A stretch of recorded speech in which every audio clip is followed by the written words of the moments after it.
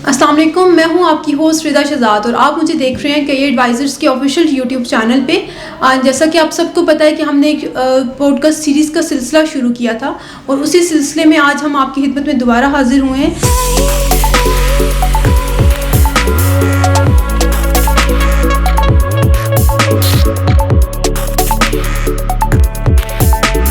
आज हम जिस टॉपिक पे बात करने जा रहे हैं वो है पोस्ट स्टडी वर्क वीज़ा। जैसा कि आप सबको पता है कि स्टूडेंट्स का सबसे बड़ा कंसर्न ये होता है कि यहाँ से तो वो मूव कर जाएंगे यूके, लेकिन वहाँ जाके क्या उनको जॉब्स की फैसिलिटीज़ अवेलेबल होंगी या नहीं, क्योंकि उनके जितने भी ऑलरेडी वहाँ पे यूके में फैमिली मेम्बर्स होते हैं, किसी का कोई फ्रेंड होता है, तो उनको ये बताया जाता है कि इस वक्त यूके की जो फाइनेंशियल सिचुएशन है दैट्स नॉट रियली गुड। सो उनका सबसे बड़ा कंसर्न ये है। इसी सिलसिले में आज हम बात करने जा रहे हैं और आज हमारे साथ मौजूद हैं CEO career advisor sir Ijlal Haider Naqvi. Thank you sir for giving us your time. Sir, जैसा कि आपको पता है कि हम आज पोस्ट स्टडी वर्क वीज़ा के बारे में बात करने जा रहे हैं। सो काइंडली आप हमारे ऑडियंस को, हमारे स्टूडेंट्स को इसके बारे में अपडेट करें और उनको इन्फॉर्म करें कि पोस्ट स्टडी वर्क वीज़ा क्या होता है। Thank you so much Rida. Post study work visa, इसको पहले PSW कहा जाता था, पोस्ट स्टडी वर्क वीज़ा, लेकिन रिसेंट ईयर्स में जो है वो यूके गवर्नमेंट ने इसका नाम चेंज करके ग्रेजुएट वीज़ा रख दिया है। सो ग्रेजुएट वीज़ा या PSW या पोस्ट स्टडी वर्क वीज़ा, ये तकरीबन इन तीनों टर्मिनोलॉजीज़ को यूज़ करते हुए लोग इस चीज़ को जो है वो इसका जिक्र करते हैं। अब इसमें बेसिकली ये है कि ये वो 2 साल का वीज़ा होता है जो कि आप जब अपनी स्टडीज़ को कंप्लीट कर लेते हैं उसके बाद आपको ये वीज़ा मिलता है और आप इसके लिए अप्लाई कर सकते हैं। विद इन दिस टाइम, इन 2 साल के टाइम पीरियड्स के अंदर आप जो है वो you are free to work. आप जॉब करें, आप बिज़नेस करना चाहें, आप कुछ भी करना चाहें, आप कर सकते हैं। सो आपको अपनी डिग्री कंप्लीट करनी है और उसके बाद आपने अप्लाई करना है इस वीज़ा के लिए, आपको ये 2 साल का वीज़ा जो है वो मिल जाता है। Okay sir. सर, जिस तरह आपने बात की कि ये 2 साल का वीज़ा है, तो क्या इस 2 साल का जो पोस्ट स्टडी वर्क वीज़ा या ग्रेजुएट जो वीज़ा है, इसकी कुछ स्पेसिफिक रिक्वायरमेंट्स होती हैं जो हमें मीट करनी होती हैं ड्यूरिंग और स्टडी, लाइक जो हम, क्योंकि ये 3 साल का वीज़ा होता है और इसमें आप फर्स्ट ईयर जो स्टूडेंट स्टडी करते हैं यूनिवर्सिटीज़ में, तो क्या कुछ स्पेसिफिक रिक्वायरमेंट्स हैं इसकी? जी, if we talk about the specific requirements, तो सबसे बेसिक जो रिक्वायरमेंट है वो ये है कि you need to successfully complete your degree और द प्रोग्राम जिसके अंदर आप इनरोल हुए थे और आपको जिसकी बेस के ऊपर वीज़ा मिला था। अगर आप मास्टर्स की बात करें तो आपको 16 मंथ्स का वीज़ा मिलता है। 1 साल का आपका मास्टर्स का वो जो कोर्स ड्यूरेशन है वो 1 साल होता है। तो आपकी जो बेसिक रिक्वायरमेंट है, सबसे पहली रिक्वायरमेंट वो ये है कि आपने अपनी डिग्री कंप्लीट करनी है। ऐसे नहीं है कि आपकी अगर डिग्री पास नहीं है तो आपको PSW या ग्रेजुएट वीज़ा नहीं मिलने वाला है। सो ये आपको बेसिक रिक्वायरमेंट मीट करनी है। सेकेंडली ये है कि इस टाइम के अंदर आपका कोई क्रिमिनल एक्टिविटी नहीं होनी चाहिए, आपके ऊपर कोई इस तरह का चार्ज नहीं होना चाहिए, आपका कोई ड्यूज़ यूनिवर्सिटी की तरफ आपके बाकी नहीं होने चाहिए। यानी एक रिस्पॉन्सिबल सिटीज़न की तरह आपने अगर ये 16 मंथ्स गुजारे हैं और अगर आप अंडरग्रेड में गए थे तो आपने 3 साल और जो 3-4 माह एक्स्ट्रा आपको मिलते हैं वो अगर आपने ये सारे इस तरह से गुजारे हैं तो आपको PSW मिल जाता है। सो बेसिक रिक्वायरमेंट कि आपने डिग्री पास करनी है। उसके अलावा इसकी एज सच कोई रिक्वायरमेंट नहीं है कि आप कोई स्पेसिफिक CGPA या कोई स्पेसिफिक ग्रेड्स दे दें, ऐसे नहीं है। हर स्टूडेंट को मिलता है जो अपनी डिग्री कंप्लीट कर लेता है। ओके सर, जिस तरह आपने बात की है कि स्टूडेंट्स को जो बेसिक रिक्वायरमेंट है वो डिग्री पास करनी होती है।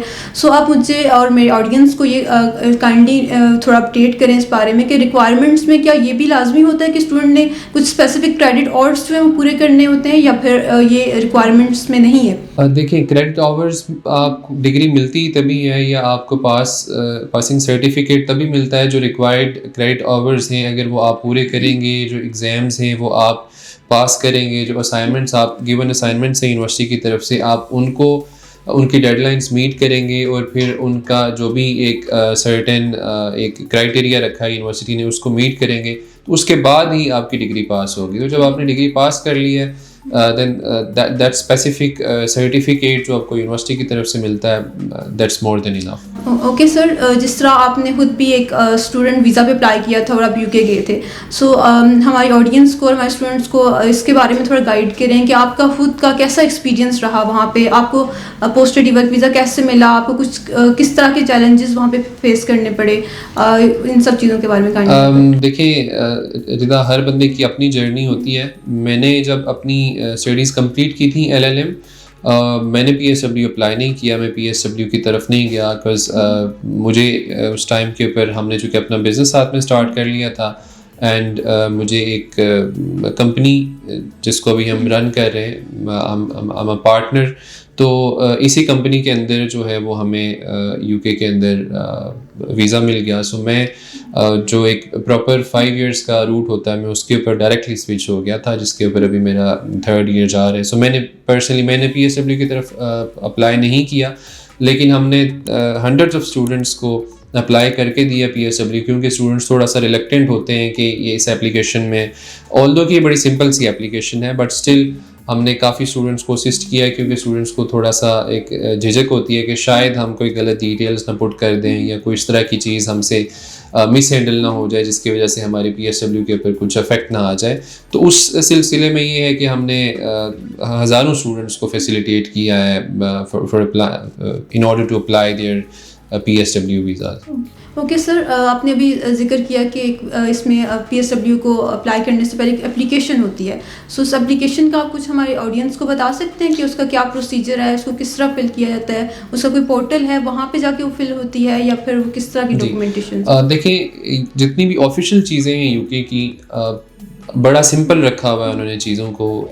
हमारी यहाँ जो मामलात होते हैं ऑफिशियल वर्क्स जो है, अगर आप उसकी तरफ चले जाएं तो सरकार का जो काम है वो इतना लटक जाता है कि बंदा परेशान हो जाता है। लेकिन वहाँ पे चीज़ें बड़ी सिंपल हैं और एक सेट डेडलाइंस हैं, वो साथ में आपको बताते हैं कि इतने टाइम के इतने वर्किंग डेज़ के अंदर आपका काम हो जाएगा, और वो हो जाता है अनटिल अनलेस कोई मतलब एक्सेप्शनल सर्कमस्टेंसेस नहीं आ जाते या आपके केस के अंदर कोई टेक्निकल एरर या इस तरह का कोई इशू नहीं आता। सो www.gov.uk ऑफिशियल वेबसाइट है यूके की। इसके ऊपर अगर आप जाते हैं तो जो मेन्यू है उसी के अंदर आपको to apply for the PSW, वहाँ से आपको लिंक मिल जाता है। ये अगर आप स्ट्रेट अवे गूगल के ऊपर लिखें अप्लाइंग फॉर PSW या to apply for PSW, how to apply for the PSW, तो वो आपको डायरेक्टली वो लैंड करेगा, जो पेज आपका वो gov.uk की ऑफिशियल वेबसाइट के ऊपर करेगा। वहाँ पर जब आपका फ्रंट पेज आपके सामने आएगा तो आपके ऊपर पहले तो आपको सारी डिटेल्स और इंस्ट्रक्शंस वहाँ पे मिलेंगी, फिर नीचे जाकर आपको स्टार्ट का ऑप्शन आएगा, यानी जो एप्लीकेशन है वो स्टार्ट होगी। जब आप उस पर क्लिक करेंगे सो वो 2 से 3 पेजेस की हार्डली एप्लीकेशन है, जिसके ऊपर आपने अपनी सारी बेसिक डिटेल्स वगैरह डालनी होती हैं। आपका जो आपको BRP वगैरह मिला हुआ होता है वो BRP नंबर और बाकी चीज़ें, अब तो है वो भी ई-वीज़ा में कन्वर्ट हो गया, तो आपने अपनी वो बेसिक चीज़ें डालनी और बड़ी सिंपल सी एप्लीकेशन है। फिर जब आपकी एप्लीकेशन कंप्लीट हो जाती है उसके बाद आपने पेमेंट्स करनी होती हैं, वो फिर आपको डायरेक्टली एम्बेसी जो होम ऑफिस के जो पेजेस हैं उनके ऊपर लेकर जाते हैं और वहाँ पर आप पेमेंट्स करते हैं, तो आपकी एप्लीकेशन जो है वो फाइल हो जाती है। फिर जो आपको सक्सेसफुल, चूँकि आपने अपनी ईमेल वहाँ पर डाली हुई होती है एप्लीकेशन के अंदर, तो आपको एक ऑटो जनरेटेड ईमेल जो है वो वहाँ से रिसीव हो जाती है कि हमें आपकी एप्लीकेशन हमें रिसीव होगी और हम इतने वर्किंग डेज में इसका डिसीजन दे देंगे। ओके सर, आपने अभी बात की है कि पेमेंट्स होती हैं जब आप पोस्ट स्टडी वर्क वीज़ा के लिए अप्लाई कर रहे होते हैं, तो उसकी कोई पेमेंट्स करनी होती हैं, तो वो पेमेंट्स कितनी होती हैं, वो हमारे स्टूडेंट को काइंडली गाइड करें कि वो कितना। जी, ये तकरीबन अगर आप 6-8 माह पहले की बात करें तो ये ऑलमोस्ट 2000 तक आपका एक्सपेंस आता था, 2000 पाउंड्स, तकरीबन 1900 एंड समथिंग। अब चूँकि इन रिसेंट फ्यू मंथ्स में यूके गवर्नमेंट ने काफ़ी सारी फ़ीस जो है उनमें इंक्रीमेंट लगाया है कुछ, तो अब तकरीबन जो ओवरऑल इसके ऊपर एक्सपेंस आपका आता है वो अराउंड 3000 पाउंड्स है, 3000 पाउंड से लेस ही आता है, तकरीबन 2800-2900 के अराउंड आपकी जो है वो ये फ़ी पे करनी पड़ती है, क्योंकि उसमें टैक्सेस इंक्लूड होते हैं। सो आप उसको ये नहीं कह सकते कि इतनी ही आपकी एग्जैक्ट फीस सबमिट होगी। सो अंडर 3000 आपका ये एक्सपेंस होता है। ओके सर, जिस तरह आपने भी बताया कि पोस्ट स्टडी वर्क वीज़ा के लिए आप जब अप्लाई कर रहे होते हैं तो उसके लिए 3000 पाउंड्स जो है वो पे करने होते हैं स्टूडेंट को after completion of his her graduation और हर मास्टर डिग्री। सो ये कि स्टूडेंट्स के लिए ये क्या मुश्किल नहीं होता कि वहाँ पे वो एट अ टाइम वो एक साल में अपनी इनिशियल डिपॉजिट के साथ साथ अपनी टोटल फ़ी भी पे कर रहे होते हैं, वो भी उन्होंने जो कि हाफ वहाँ जाके खुद मैनेज करनी होती है, फिर अपने एक्सपेंस पे मैनेज कर रहे होते हैं, तो उसके साथ साथ क्या पोस्ट जो उनकी ये फ़ी है पोस्ट स्टडी वर्क वीज़ा की, ये क्या वो इजीली मैनेज कर लेते हैं, और उसमें किस तरह की वो जॉब्स जो हैं वहाँ पे करते हैं जो इनके लिए इजीली सूटेबल भी होती हैं और वो इस चीज़ को मैनेज भी कर सकते हैं। देखिए रिदा, आपकी जो मैंने आपको स्टार्ट में बताया कि अगर आप मास्टर्स के लिए जा रहे हैं तो आपको 16 मंथ्स का वीज़ा मिलेगा, जो आपका कोर्स है वो 12 मंथ्स में कंप्लीट हो जाएगा। अब बाय हुक और बाय क्रुक आपने उन 12 महीनों से पहले अपनी जो रिमेनिंग फ़ी है वो तो देनी ही देनी है। इन एनी केस आप को फैमिली सपोर्ट कर रही हो या आपने खुद अर्न करके फ़ी दी हो या किसी से उधार लिया हो, जो भी हो, क्योंकि यूनिवर्सिटीज़ इससे ज़्यादा वेट नहीं करती हैं। इवन के यूनिवर्सिटीज़ की जो डेडलाइंस होती हैं सेकंड या थर्ड इंस्टॉलमेंट जो है वो 3 से 4 माह के बाद आपको देनी पड़ती है जब आप यूके चले जाते हैं उसके बाद। तो ये तकरीबन ये वाला जो सारा मामला होता है ये आप उन 12 महीनों के अंदर किसी न किसी तरह से कर ही लेते हैं। तो अब उसके बाद आपको ये 4 माह जो है वो वैसे भी एक्स्ट्रा मिल रहे होते हैं, क्योंकि आप जो आपका वीज़ा एक्सपायर होने से बेशक एक दिन पहले भी आप अगर PSW की एप्लीकेशन फ़ाइल कर लें तो उसमें कोई हार्म नहीं है, कोई मसला नहीं है। तो इन 4 महीनों के अंदर वैसे भी स्टूडेंट्स को फुल टाइम वर्क अलाउ होता है, और फिर आगे भी स्टूडेंट्स को ये नज़र आ रहा होता है कि हमें 2 साल यानी कि एक ओपन वर्क परमिट हमें मिलेगा जिसके अंदर हम कुछ भी कर सकेंगे। तो यस, स्टूडेंट्स इसको मैनेज कर लेते हैं।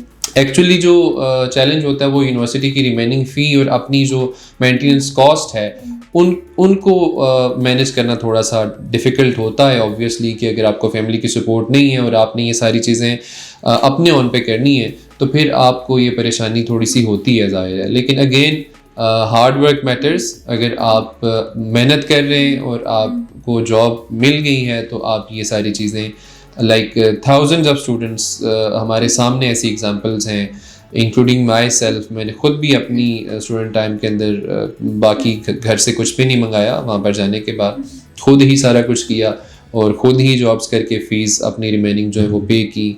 और फिर जब वर्क परमिट पे स्विच होने लगे तो उस टाइम भी चूँकि PSW की फ़ीस तो कम होती है, वर्क परमिट के लिए जब आप 5 इयर्स के वीज़ा के लिए अप्लाई कर रहे हैं तो उसकी जो IHS वगैरह और वीज़ा एप्लीकेशन फ़ीस है वो होती भी ज़्यादा है। तो ये सारा कुछ हमने भी मैनेज किया है, बाकी भी हज़ारों स्टूडेंट्स मैनेज करते हैं। सो मुश्किल तो होता है, it's not impossible.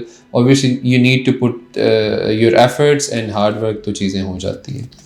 Okay sir, जिस तरह आपने अभी जिक्र किया पोस्ट स्टडी वर्क वीज़ा का, सो इसमें ये है कि स्टूडेंट का ये मेन ये कंसर्न होता है कि क्या हमें जब ये वीज़ा हम उस पर अप्लाई करेंगे आफ्टर पेमेंट एप्लीकेशन प्रोसेस के बाद, क्या हम इस वीज़ा पे रहते हुए हम परमानेंट रेजिडेंसी की तरफ मूव कर सकते हैं? वो उसके क्या स्टेप्स हैं through out post study work visa जो 2 साल का आपने ड्यूरेशन बताया है, उसके दौरान ऐसे क्या स्टेप स्टूडेंट को फॉलो करने चाहिए, ऐसी क्या गाइडलाइन आप प्रोवाइड करेंगे स्टूडेंट को कि वो उनको PR जल्दी से जल्दी और इजीली उनको वो मिल जाए? जी, PSW और graduate visa doesn't lead you directly towards nationality, लेकिन ये 2 साल आपके पास ओपन फील्ड होती है आपके पास खेलने के लिए।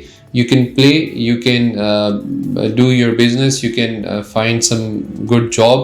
So आपके लिए ये 2 साल एक तरह की मोहलत होती है और आपके पास एक गोल्डन अपॉर्चुनिटी होती है कि आप अपनी नेशनैलिटी के लिए रूट सिक्योर कर सकें। देयर आर सेवरल रूट्स जिनको लेकर आप परमानेंट रेजिडेंसी की तरफ या indefinite leave to remain ILR जिसको हम कहते हैं, या ब्रिटिश पासपोर्ट की तरफ जा सकते हैं। लेकिन आपकी उस सारी जर्नी के अंदर ये 2 साल इंक्लूड नहीं होते हैं। ये बड़ी सिंपल सी बात है, इसको अंडरस्टैंड करने की ज़रूरत है। लेकिन इन 2 सालों के अंदर ही रहकर स्टूडेंट्स अगर एक कंपनी के साथ जॉब कर रहे हैं तो वो उसी कंपनी को में कोशिश करेंगे कि उनको वर्क परमिट मिल जाए, जो कि समटाइम्स 3 इयर्स का होता है, समटाइम्स 1 ईयर का होता है, समटाइम्स 5 इयर्स का होता है। लेकिन आपको अगर आप वर्क परमिट का रूट लेते हैं तो you need to stay on 5 years on that specific visa. आपको 5 साल कंप्लीट करने हैं वर्क परमिट के ऊपर। अगर आप मतलब बाकी भी और बहुत सारे रूट्स हैं, बिजनेस वीज़ा का रूट है उसमें आपको 3 इयर्स के बाद ILR मिल जाती है, लेकिन उसका प्रोसीजर डिफरेंट है। फिर कुछ लोग वहाँ पर स्पाउस वीज़ा के ऊपर शिफ्ट हो जाते हैं मैरिज वगैरह करके, उसका भी 5 इयर्स का रूट है। So there are different routes कि आप कौन सा लेते हैं, लेकिन मेजॉरिटी ऑफ द स्टूडेंट्स जो हैं वो वर्क परमिट की तरफ जाते हैं, पर वो 5 इयर्स जो हैं वो इन 2 सालों के अलावा आपको 5 साल लगाने होते हैं। अगर आप इन 2 सालों पे कम्प्लीटली PSW के ऊपर रुकते हैं तो आपके ये 2 साल जो हैं वो परमानेंट रेजिडेंसी के रूट पे कंसीडर नहीं होंगे। ओके सर, एक और मेन कंसर्न स्टूडेंट्स का ये होता है कि क्या वो जब इंटरनेशनल मार्केट में उनके पास फेयर और इक्वल जॉब अपॉर्चुनिटीज़ होती हैं, लाइक जब वो PSW में अप्लाई कर रहे हैं या उससे पहले भी जब वो एज अ स्टूडेंट होते हैं, तो क्या उनके पास इक्वल अपॉर्चुनिटीज़ इंटरनेशनल मार्केट में, क्योंकि वो एक इंटरनेशनल स्टूडेंट्स होते हैं, उनके पास उस वक्त डिग्री भी नहीं होती है, अगर वो डिग्री होती भी है तो उस वक्त वो PSW के अप्लाई कर रहे होते हैं या वो इनिशियल प्रोसेसिंग पे होते हैं। सो वो आप काइंडली इसके बारे में थोड़ा देखिए, ये स्टेट्स, ये जो कंट्रीज़ हैं, इन्होंने ग्रो इसी वजह से किया है कि इन कंट्रीज़ के अंदर मेरिट जो है वो उसका ख्याल रखा जाता है और मेरिट की बुनियाद पर ही चीज़ों को जज किया जाता है। अनफॉर्चुनेटली हमारे यहाँ चीज़ें थोड़ी सी डिफरेंट हैं कि हमारे यहाँ अगर कोई किसी MNA MPA का बेटा है, किसी MLA का बेटा है, तो उसके लिए जो कानून है या जो क्राइटेरिया है वो डिफरेंट होगा, और एक आम आदमी जो है उसको किसी ब्यूरोक्रेट के बेटे के साथ compete करने के लिए वो कर ही नहीं सकता। प्रैक्टिकली चीज़ें इतनी ज़्यादा मुश्किल हैं पाकिस्तान के अंदर।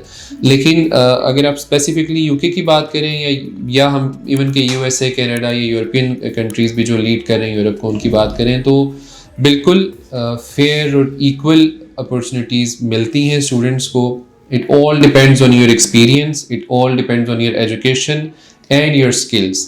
आप कितने स्किलफुल हैं ये मैटर करेगा। और अगर आप फैक्ट्स एंड फिगर्स उठाकर देखें तो जो लीडिंग जॉब्स हैं इस टाइम की IT इंडस्ट्री के अंदर, अगर आप देखें तो मेजॉरिटी IT इंडस्ट्रीज जो हैं वो इंडियंस ने ग्रैब की हुई हैं UK के अंदर। अगर आप हेल्थ केयर डिपार्टमेंट को देखें तो मेजॉरिटी ऑफ द डॉक्टर्स जो हैं वो एशिया से बिलोंग करते हैं। पाकिस्तान के हमारे बहुत से डॉक्टर्स बहुत अच्छा सर्व कर रहे हैं, एज एन कंसल्टेंट सर्व कर रहे हैं वहाँ पर, और सीनियर डॉक्टर्स हैं। इसी तरह से IT इंडस्ट्री के अंदर पाकिस्तान के भी कुछ लोग बहुत एक्स्ट्राऑर्डिनरीली परफॉर्म कर रहे हैं। सो ये प्रॉब्लम नहीं है। अगर आप इतने स्किलफुल नहीं हैं और आपको जॉब आप सिक्योर करने में सक्सेसफुल नहीं होती और फिर आप सिस्टम को ब्लेम करते हैं तो वो एक अलग चीज़ है। लेकिन ऐसी लाखों एग्जांपल्स हैं कि लोग यहाँ से जाते हैं और फिर अपने स्किल्स की बेस पर, अपने नॉलेज की बेस पर वो बहुत अच्छे ऑप्शन जो है वो अवेल कर लेते हैं। Thank you so much sir for giving us your time. Next podcast में फिर मुलाकात होती है एक न्यू टॉपिक के साथ। अंटिल देन, अल्लाह हाफिज़।